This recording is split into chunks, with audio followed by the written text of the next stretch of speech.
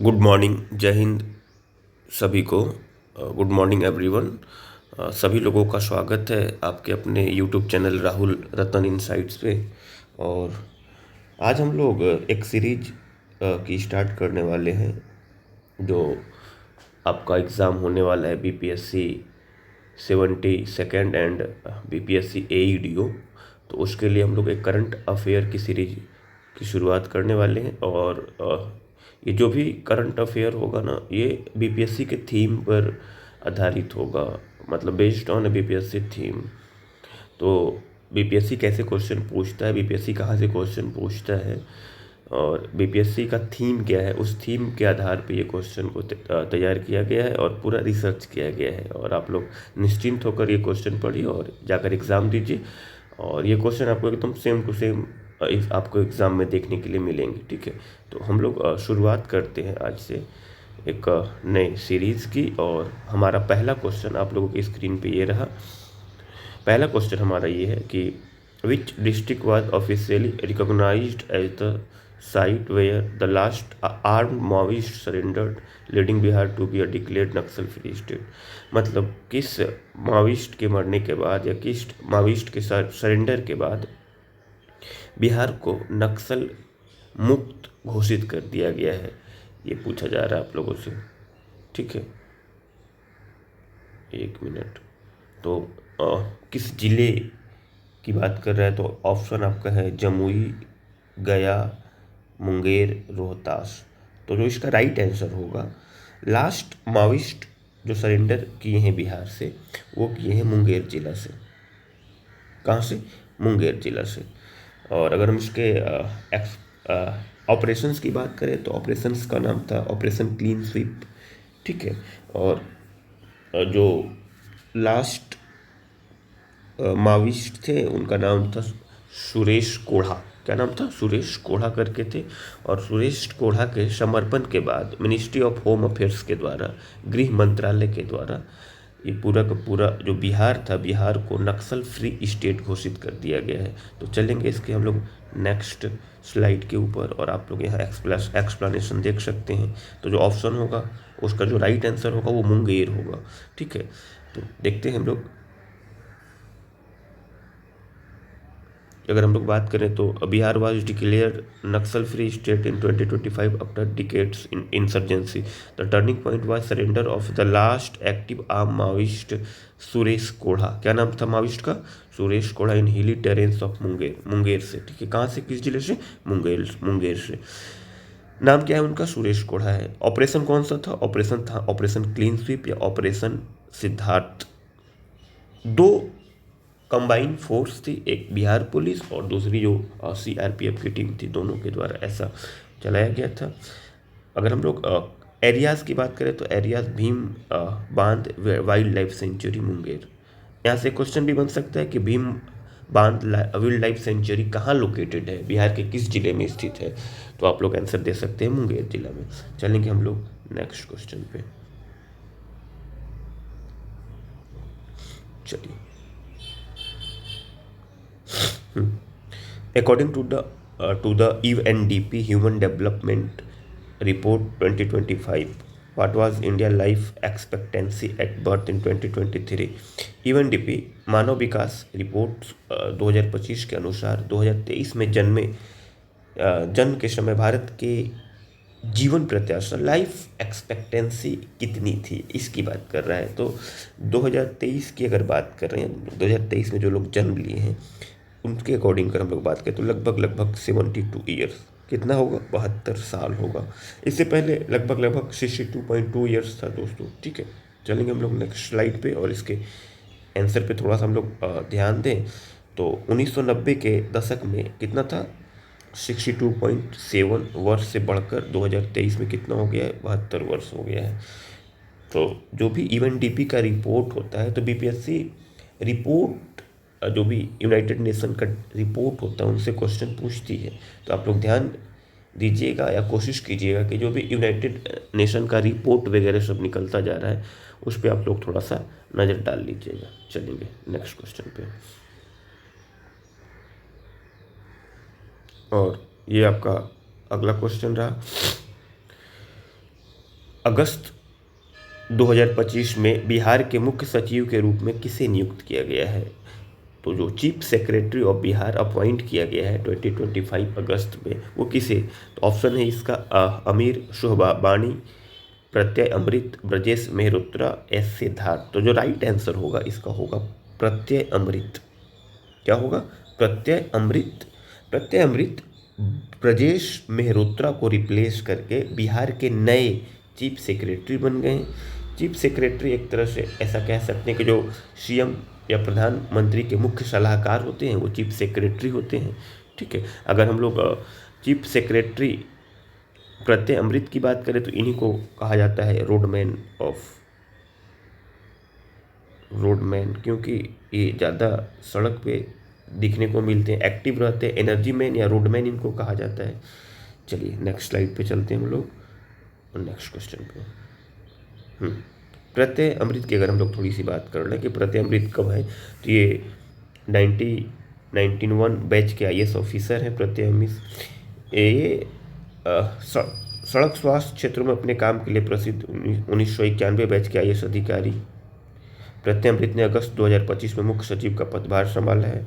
अक्सर उन्हें बिहार का एनर्जी मैन या रोडमैन कहा जाता है। ठीक है, चलिए नेक्स्ट क्वेश्चन पे। और इम्पॉर्टेंट क्वेश्चन है ये दोस्तों। ठीक है, देखिए 2025 एआई एक्शन समिट जो आर्टिफिशियल इंटेलिजेंस के वैश्विक शासन पर केंद्रित था, किस शहर में आयोजित किया गया था? 2025 का पूछ रहा है दोस्तों, 2026 का नहीं। 2026 का पूछेगा आपका आंसर चेंज हो जाएगा। ये 2025 का पूछा गया है, इसका मतलब हो गया कि ये हुआ था पेरिस फ्रांस में। 2025 वाला पेरिस फ्रांस, 2026 न्यू दिल्ली।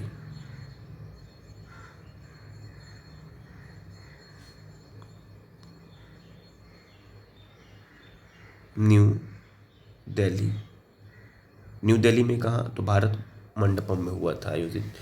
और इस बार के जो चीफ या को होस्टेड थे वो थे फ्रांस के जो प्राइम मिनिस्टर थे वो थे,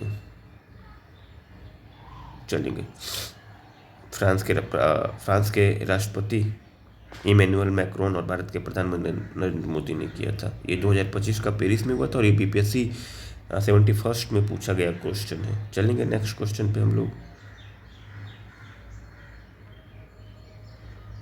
what is the target percentage for Bihar green cover to be achieved by the year 2028?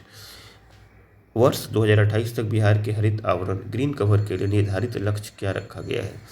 तो 2028 के लिए जो रखा गया है वो 17%, 17%। याद रखिएगा आप लोग कि जब बिहार और झारखंड एक साथ था तो हमारा ग्रीन कवर परसेंटेज ज़्यादा हुआ करता था, लेकिन जब झारखंड बिहार से अलग हुआ 2000 ईस्वी में हमारे पास जो ग्रीन कवर था मात्र कितना परसेंट था? 9%। इसको हम लोग बढ़ाते बढ़ाते 2025 तक लेकर आए 15%। और पूछा जा रहा है कि 2028 तक, तो 2028 तक हम लोगों का टारगेट है कि इसे हम लोग लगभग 17%, 17% तक लेकर चले जाएं। ठीक है, और इसके लिए बिहार सरकार के द्वारा बहुत सारे वृक्षारोपण प्रोग्राम भी चलाए जा रहे हैं।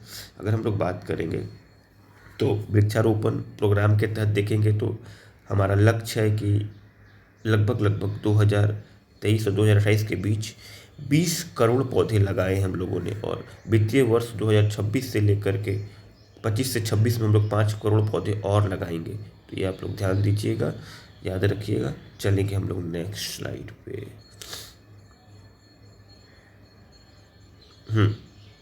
एक इम्पॉर्टेंट क्वेश्चन है और ये बुकर प्राइज से रिलेटेड है। क्वेश्चन पूछा जा रहा है आप लोगों का कि which book won International Booker prize 2025? किस पुस्तक ने अंतर्राष्ट्रीय बुकर पुरस्कार 2025 जीता है? ऑप्शन है time shelter, heart lamp, the seven moon of Maali, Almeida and Kairos. तो इसका जो राइट आंसर होगा वो होगा हार्ट लैम्प। हार्ट लैम्प की अगर बात करें तो हार्ट लैम्प की अगर हम लोग बात करेंगे दोस्तों तो हार्ट लैम्प पहला पुस्तक हो जाता है, एक ऐसा बोल सकते हैं हम लोग कि पहला शॉर्ट स्टोरी कलेक्शंस वाला बुक है। इसके जो ऑथर हैं ये भानु मुश्ताक हैं। इसके जो ऑथर है, जो राइटर है, वो भानु मुश्ताक हैं। तो भानु मुश्ताक को ये अवार्ड मिला है, याद रखिएगा। और ये वैश्विक पुरस्कार जीतने वाली कन्नड़ से अनुवादित पहली पुस्तक है। ठीक है। ये लिखा किस भाषा में गया था? तो कन्नड़ भाषा में। इसको ट्रांसलेट इंग्लिश में अगर बात करें हम लोग, तो इंग्लिश में किसके द्वारा? तो याद रखिएगा, दीपा भस्ती, दीपा भस्ती के द्वारा इसका ट्रांसलेशन इंग्लिश में किया गया। क्योंकि कन्नड़ भाषा में कोई अवार्ड हम लोग बुकर पुरस्कार नहीं मिलता, वो इंग्लिश भाषा में मिलता है, इंग्लिश लैंग्वेज में मिलता है। तो दीपा भस्ती के द्वारा इसको ट्रांसलेट किया गया इंग्लिश में। चलिए, नेक्स्ट क्वेश्चन हमारा है,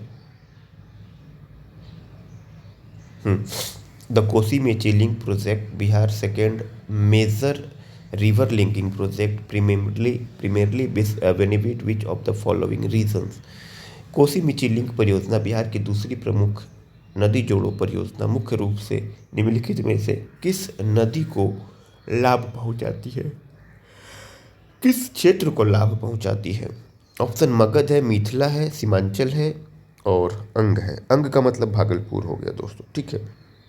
अगर हम लोग कोसी मेची लिंक की बात करें तो ध्यान से आप लोग याद रखिएगा कि ये केन बेतवा लिंक परियोजना के बाद या केन बेतवा लिंक प्रोजेक्ट के बाद बिहार का दूसरा मेजर प्रोजेक्ट है ये। ठीक है, जो कोसी और मेची रिवर को कनेक्ट करता है। तो ये बेसिकली जो कोसी रीजन है ना, कोसी की अगर बात करें तो सीमांचल वाला हमारा इलाका है। सीमांचल में हम लोग बोलेंगे हमारा अररिया,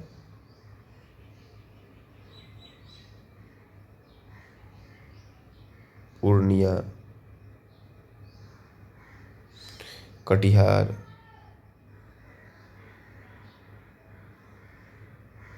अररिया, पूर्णिया, कटिहार, किशनगंज, ये सारा का सारा जो हमारा डिस्ट्रिक्ट है बिहार का, अररिया, पूर्णिया, कटिहार, किशनगंज, इन जिलों को हम लोग सीमांचल कहते हैं क्योंकि इनका सीमा नेपाल के साथ और वेस्ट बंगाल के साथ लगता है। तो बेसिकली जो कोसी मेची लिंक प्रोजेक्ट है, इससे बेनिफिट सीमांचल वाले एरिया को होगा, जो अररिया, पूर्णिया, कटिहार वाला हमारा क्षेत्र है। चलेंगे नेक्स्ट क्वेश्चन पे।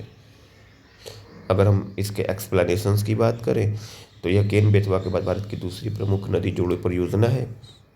यह कोसी के अधिशेष पानी को मेची नदी में मोड़ती है, जिससे अररिया, पूर्णिया, किशनगंज, कटिहार की सिंचाई होती है। अगर हम लोग अभी अपडेट की बात करें तो फेज़ 1 की शुरुआत का काम आधिकारिक तौर पे फरवरी 2026 में सुपौल के भेंगा नदी से शुरू हुआ। नहर का सुदृढ़ीकरण, इसमें मौजूद 41 किलोमीटर लंबी पूर्व कोसी मुख्य नहर को चौड़ा करना और मेची नदी तक पहुंचाने के लिए 76 किलोमीटर नया विस्तार करना शामिल है। अगर प्रोजेक्ट की बात करेंगे तो ये प्रोजेक्ट का जो लागत है वो 6,282 करोड़ है, जिसमें 60% जो होगा वो दिया जाएगा सेंट्रल गवर्नमेंट के द्वारा। चलेंगे नेक्स्ट क्वेश्चन पे। हाँ, एज पर Bihar economic survey, what was the state GDP growth rate for the financial year 2023 and 24? Bihar आर्थिक सर्वेक्षण 2024-2025 के अनुसार वित्तीय वर्ष 2023-24 के लिए राज्य के जीडीपी की विकास दर क्या थी? तो हमारा जो विकास दर था, याद रखिएगा, बिहार दूसरा स्टेट बन गया है जो बहुत तेज़ी से क्या कर रहा है, डेवलप कर रहा है बहुत तेज़ी से, जिसका जीडीपी बढ़ रहा है। तो इसमें अगर हम लोग बात करें ऑप्शन की तो इसका जो राइट आंसर होगा वो होगा 14.47, 14.47। चलेंगे इसके थोड़े से, अगर आपको इसका एक्सप्लेनेशन देखना है तो देख सकते हैं आप लोग। ठीक है, चलिएगा नेक्स्ट क्वेश्चन पे।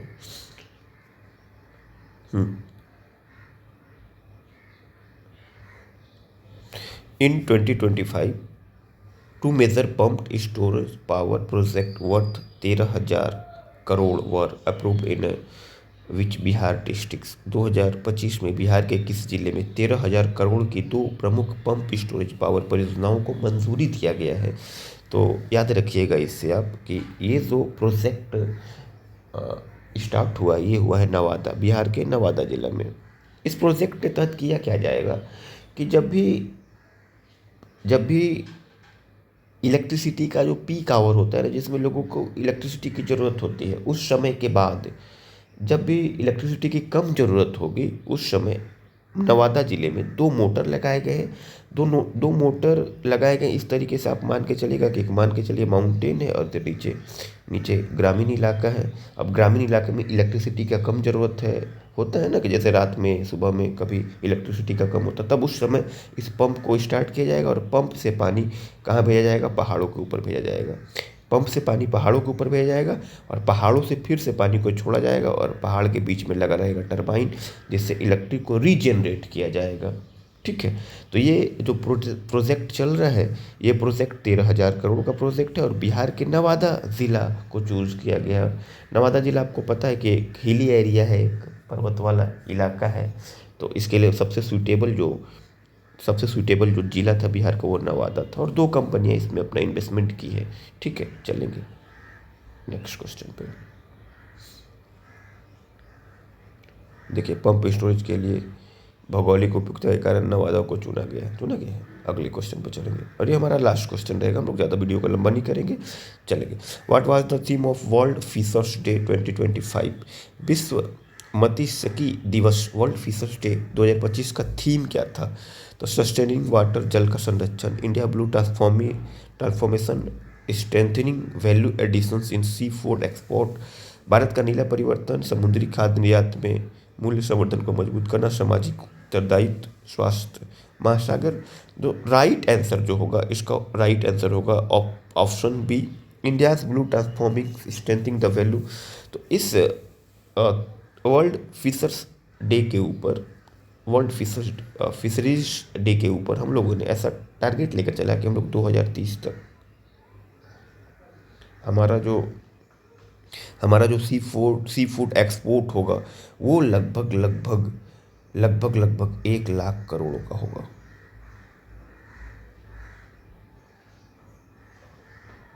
हमारा जो सी